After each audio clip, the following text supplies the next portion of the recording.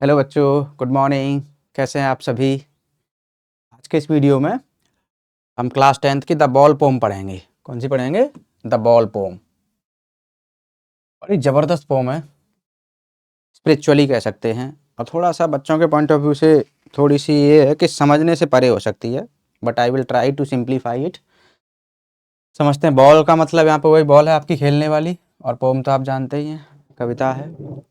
Well, होता क्या है इस पोम के अंदर कि एक लड़का है जो अपनी बॉल से खेल रहा होता है, और उसकी बॉल जो है क्या होती है, पानी में चली जाती है, यानी कि खो जाती है बॉल। अब आपको पता है कि किसी भी खिलौने के साथ बच्चे के इमोशंस किस तरीके से जुड़े हुए होते हैं। आप खुद बच्चे हैं तो आप समझ सकते हैं कि आपका कोई फेवरेट टॉय अगर कहीं इधर उधर हो जाता है, खो जाता है, तो आपको कितना दुख होता है। एक तो वो कि आपके उसके साथ में इमोशंस जुड़े हुए हैं, और दूसरा ये है कि पैसे से आती चीज़ है भाई, और मनी आप इतना अभी नहीं कमा पाते, आपको पैसा डायरेक्टली और इनडायरेक्टली पेरेंट्स से ही मांगना है। तो इसीलिए जो है बच्चा बहुत ज़्यादा क्या हो जाता है, दुखी हो जाता है। क्या हो जाता है? दुखी हो जाता है। तो देखते हैं हम इसको कि आखिर क्या बात कर रही है poem. A boy loses a ball. एक लड़का है जिसकी बॉल क्या हो जाती है, खो जाती है। ही इज वेरी अपसेट, और वो क्या हो जाता है, बहुत बुरी तरह से अपसेट हो जाता है। A ball doesn't cost much, nor is difficult two by another ball. Ball की कोई कीमत ज़्यादा नहीं होती, ना ही दूसरी बॉल खरीदना कोई बहुत ज़्यादा मुश्किल काम है। Why then is the boy so upset. तो फिर बच्चा जो अपसेट क्यों है? बच्चा अपसेट इसीलिए है क्योंकि उस बॉल के साथ में जो उसकी खो गई है उसके इमोशंस अटैच थे, उसकी मेमोरीज अटैच थी। Read the poem to see what the poet thinks has been lost. अच्छा, पोइट के पॉइंट ऑफ व्यू से देखते हैं, उसको क्या लगता है कि क्या खो गया है। And what the boy has to learn from the experience of losing something. और कोई चीज़ खो जाने से बच्चे को कौन सा लेसन मिलेगा, बच्चे को कौन सा सबक मिलेगा, वो हम पोम पढ़ के समझ लेते हैं एक बार। पहले तो आप ये समझ लीजिए कि ये जो पोम है ना, फ्री वर्स में लिखी गई है। किस में लिखी गई है? फ्री वर्स में लिखी गई है। मैं आपको थोड़ा सा पोइटिक टेक्निक की तरफ लेकर के जाऊंगा, या पोइट्री की जो टेक्निक होती है ना उसकी तरफ लेकर जाऊंगा। एक टर्म चलता है वर्स, जिसको आप पोम कह सकते हैं, या फिर ये है कि पोइट्री कह सकते हैं। और ये वर्स होती हैं तीन तरह की। कितने तरह की होती हैं? तीन तरह की। एक होती है आपकी फ्री वर्स,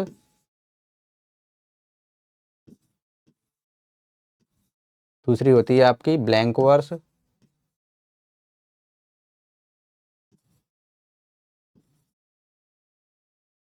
कौन सी होती है? ब्लैंक वर्स होती है। ये ई दिख नहीं रहा, एक सेकंड देखो, दिखाता हूँ।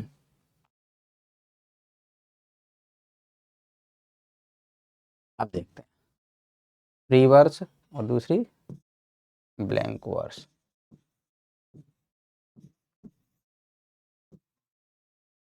और तीसरी जो है आपकी राइम्ड वर्स।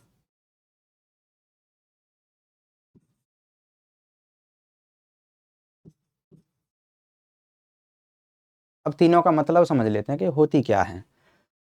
फ्री वर्स एक ऐसी पोम के बारे में बात करता है जो एक सिंगल आइडिया, यानी एक सिंगल आइडिया पे पोइट बात करता है, और स्टार्टिंग से लेकर के एंड तक उसी आइडिया पर बात करता चला जाता है। यानी कि पोइट भटकता नहीं है, जिस थीम पर, जिस मुद्दे पर बात कर रहा है वही मुद्दा उसका स्टार्टिंग से लेकर के एंड तक चल रहा है, ये चीज। लेकिन पोम के अंदर आपको कहीं भी जो है स्ट्रक्चर ऐसा नहीं मिलेगा जिसमें परफेक्ट राइमिंग स्कीम हो या लाइन लेंथ परफेक्ट हो। मैं आपको और प्रैक्टिकली समझाऊं तो ऐसे समझा सकता हूं। देखो, एक लाइन यहाँ जा रही है, यहाँ जा रही है, तो एक लाइन यहाँ ख़त्म हो रही है, तो एक लाइन यहाँ जा रही है, तो एक यहाँ ख़त्म हो रही है, कि यहाँ, यानी कि जैसे हमने लास्ट लाइन में देखा था कि ऑलमोस्ट लाइंस जो है एक जगह पर एंड हो रही थी, और सबका स्ट्रक्चर जो ऑलमोस्ट सेम था। लेकिन इसमें हम देख रहे हैं कि ये लाइन यहाँ ख़त्म हो रही है, और ये यहाँ जा रही है, ये यहाँ है, और ये यहाँ तक आ रही है, यानी कि कोई स्ट्रक्चर, कोई पैटर्न नहीं है। यानी कि पोएट जो फ्री है, कुछ भी और कोई भी शब्द कहीं भी लिखने के लिए फ्री है। उसको तो मतलब है अपनी थीम पर फोकस करने से, अपने आइडिया पर फोकस करने थे। ठीक है, तो उससे इस बात से कोई लेना देना नहीं। इसीलिए इसको क्या कहा गया है? फ्री वर्स कहा गया है। क्या कहा गया है? फ्री वर्स कहा गया है। अब बात करते हैं ब्लैंक वर्स की। ठीक है, ब्लैंक वर्स एक ऐसी वर्स होती है जिसमें कि लाइन लेंथ ऑलमोस्ट कैसी होती है, स्ट्रक्चर आउट, बढ़िया स्ट्रक्चर होता है, लाइन लेंथ प्रॉपर होती है, लेकिन रैमिंग स्कीम इसमें भी नहीं होती। लाइक फ्री वर्स इसमें भी कोई रैमिंग स्कीम नहीं होती और ज़रूरी नहीं है कि रैमिंग स्कीम परफेक्ट हो ही हो।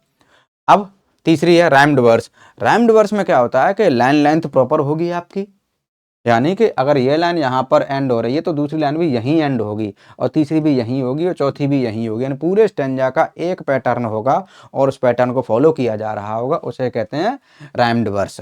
जो ये तो होगी स्ट्रक्चर की बात, यानी और उसमें प्रॉपर रैमिंग स्कीम भी होगी। क्या होगी? प्रॉपर रैमिंग स्कीम भी होगी। तो ऐसा जो है बाकी की दो में देखने को नहीं मिलता है। ब्लैंक वर्स में हो सकता है कहीं कहीं रैमिंग मिल जाए, लेकिन ये हार्ड एंड फास्ट नहीं है और कोई ज़रूरी नहीं है कि ब्लैंक वर्स के अंदर राइमिंग स्कीम हो ही हो।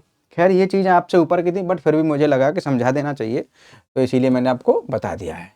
वेल, तो देखिए, now let's begin the pome. What is the boy now who has lost his ball? उस लड़के का क्या हुआ जिसकी बॉल खो गई थी? जिसकी बॉल खो गई है उसका क्या हुआ? वो क्या कर रहा है? What is he to do? अब वो क्या करेगा?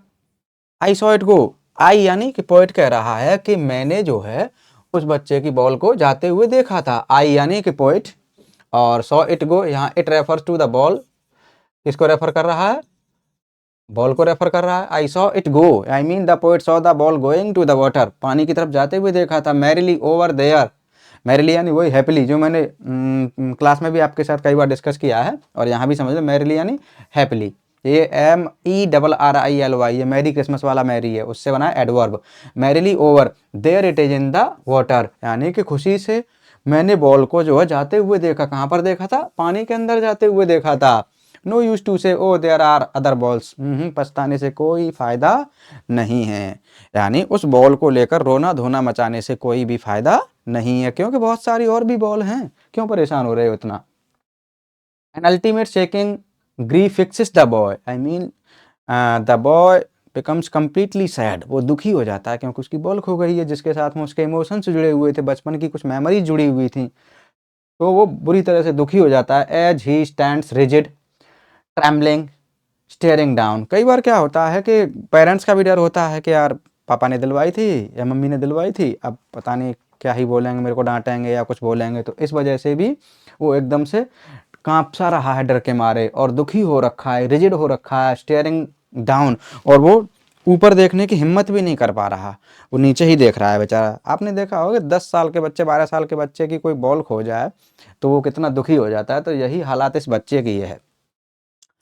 अच्छा, all his young days into the harbour where, यानी कि staring down all his young days to into the harbour where. Harbour का मतलब है पोर्ट, यानी समुद्र का किनारा कह सकते हैं आप, यानी वो जहाँ पर समुद्र के किनारे पर जो खड़ा हुआ है ना, और वो वहाँ पर अपने बचपन के दिनों को क्या कर रहा है? याद कर रहा है।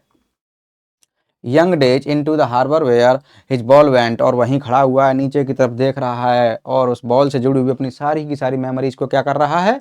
रिकॉल कर रहा है। I would not intrude on him, और पोएट का देखो, I would not intrude on him.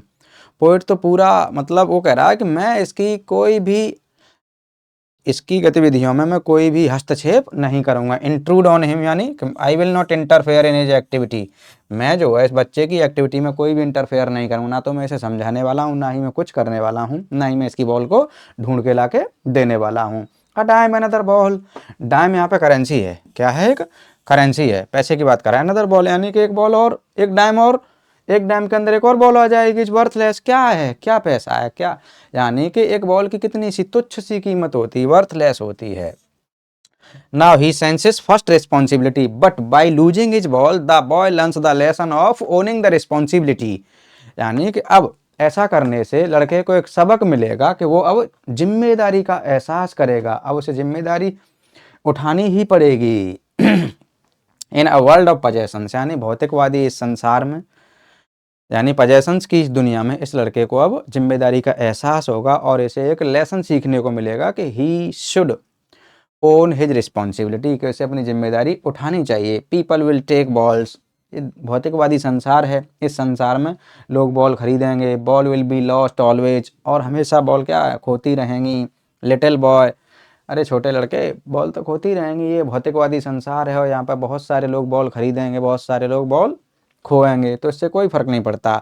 And no one buys a ball back, हाँ आगे ये भी करा, and no one buys a ball back. और कुछ लोग ऐसे भी होते हैं कि दोबारा बॉल नहीं खरीदते। क्यों नहीं खरीदते? Because money is external. क्या है? मनी एक्सटर्नल है। पैसा कोई पेड़ पर नहीं उगता है, पैसा मेहनत से कमाया जाता है। कैसे कमाया जाता है? मेहनत से कमाया जाता है। इसीलिए बहुत सारे लोग ये इतना स्ट्रिक्ट होते हैं कि अपने बच्चों के लिए दोबारा बॉल नहीं खरीदते। तो ये हो सकता है कि वो इस वजह से भी दुखी हो रहा होगा। ही इज लर्निंग, क्या learning? A sense of responsibility. He is learning, पहले तो ये देखो कि ही है कौन, वो लड़का है जिसकी बॉल खोई है। ही इज लर्निंग, लर्निंग क्या? Sense of responsibility. यहाँ से क्वेश्चन बनता है well behind is desperate eyes, यानी अब वो जो है सेंस ऑफ रिस्पॉन्सिबिलिटी सीख रहा है इस लॉस के बाद। द एपिस्टेमोलॉजी ऑफ लॉस, यहाँ ये एपिस्टेमोलॉजी आई है ना, देखिए सोर्स ऑफ नॉलेज कहते हैं इंग्लिश में इसको। क्या कहते हैं? Source of knowledge. और हिंदी में कहेंगे इसको ज्ञान मीमांसा। क्या कहेंगे? ज्ञान मीमांसा, यानी ट्रू सोर्स ऑफ नॉलेज। हम लोग चीज़ों को सीखते कहाँ से हैं, उसे हम एपिस्टेमोलॉजी कहते हैं। तो the epistemology of loss, how to stand up, यानी अब उसके अंदर ये ज्ञान आ जाएगा कि चीज़ें खोने के बाद में या नुकसान होने के बाद में हम फिर से अपने आप को स्टैंड अप कैसे करें, यानी रिकवर कैसे करें। Knowing what every man must one day know, यानी कि हमें वो समझना होता है जो हर आदमी को एक दिन अपने जीवन में समझना चाहिए। यानी कि ये तो देखो, हानि लाभ जीवन मरण यश अपयश विदेहात, यानी कि हानि लाभ जीवन मरण ये तो सब चलते ही रहते हैं, ये हमारे हाथ में नहीं होता। ये चीज़ इस लड़के को भी समझ लेनी चाहिए और अपनी बॉल के खो जाने का दुख नहीं करना चाहिए। उसे जो है मूव ऑन करना चाहिए, स्टैंड अप करना चाहिए और जो लाइफ में आगे बढ़ते रहना चाहिए। तो ये हो गई आपकी पोम। वेल अब देखते हैं इसमें लिटरेरी डिवाइस कौन कौन सी हैं। राइम स्कीम का तो बता ही दिया, राइम स्कीम तो है ही नहीं इसमें। What is the boy now who has यहाँ पे एलिट्रेशन हो सकता है।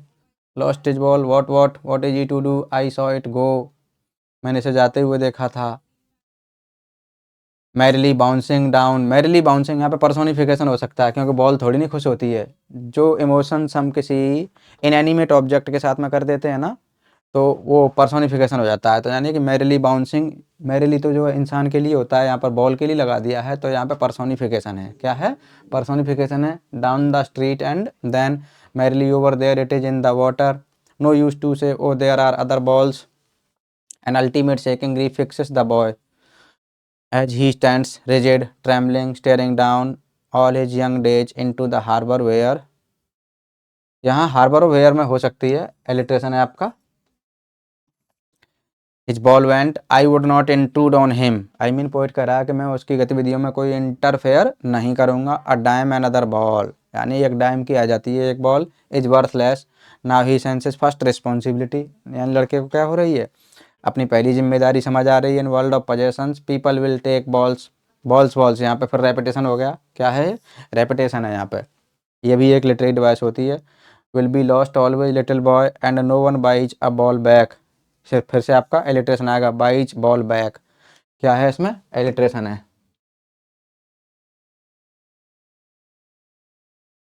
Money is external, he is learning well behind desperate eyes, the epistemology of loss, how to stand up knowing what every man must यहाँ भी हो सकता है लिटरेशन आपका। One day know and most know many days how to stand up. तो ये कुछ basic सी बताई हैं, हालांकि होने को तो इसमें और भी हैं, बट आपके थोड़ा सा लिमिट से मुझे लग रहा कि बाहर हैं, तो उनको डिस्कशन करना यहाँ पर कंपलसरी नहीं है, तो आप इतना ही फोकस करें। Thank you.